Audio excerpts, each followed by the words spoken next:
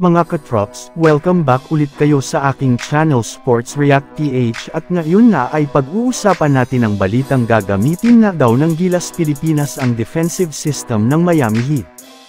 Pag-uusapan na rin nga natin ngayon dito sa ating panibagong video ang posibleng pagbabalik ni Dwight Howard at JaVale McGee sa Los Angeles Lakers.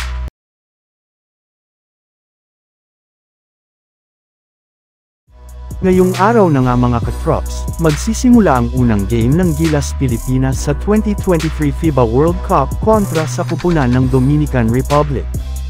At bago pa man nga mag-umpisa ang kanilang laro ay ibinulgar muna nga ng kanilang coach na si Tim Cone na gagamitin na daw po ng Gilas Pilipinas ang defensive system ng Miami Heat sa kanilang mga darating na laro sa FIBA. Para nga sa mga hindi dyan nakakaalam, si Coach Tim Cone nga ang nakatoka sa depensa ng Gilas Pilipinas. At para nga sa kanya, mas magiging epektibo ang ating national team kung gagamitin nila ang mga ginagawa ng Miami Heat pagdating sa depensa. Ayun nga dito, isa rin naman ng daw po ang Miami Heat sa mga pinakamalakas na defensive team sa NBA gayong mas prioridad nga nito ang depensa.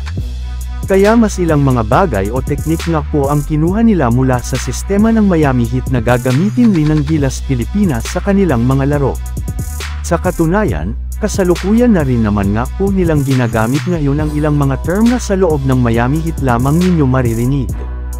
Samantala pumunta naman tayo sa ating sunod na pag-uusapan ngayon sa naibalitang posibleng pagbabalik ni Dwight Howard at JaVale McGee.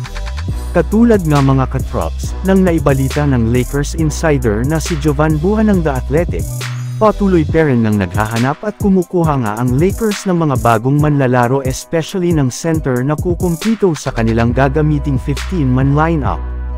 Kaya nagbibigay na rin naman ang kanilang mga fans ng opinyon kung sino-sino pa ang kanilang mga dapat kuning sentro ngayong off-season.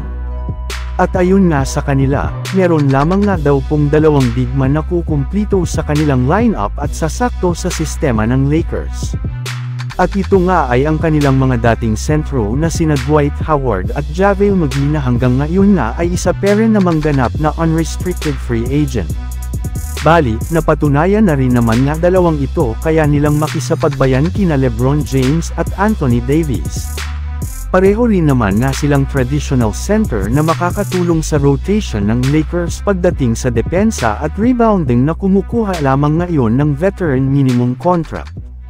So yun lang nga mga katrops ang handog ko sa inyong storya ngayong araw. Sana nag-enjoy kayo. Please like and subscribe my YouTube channel Sports React PH para sa iba pang storya at update patungkol sa NBA. Kita-kits muli sa ating susunod na video.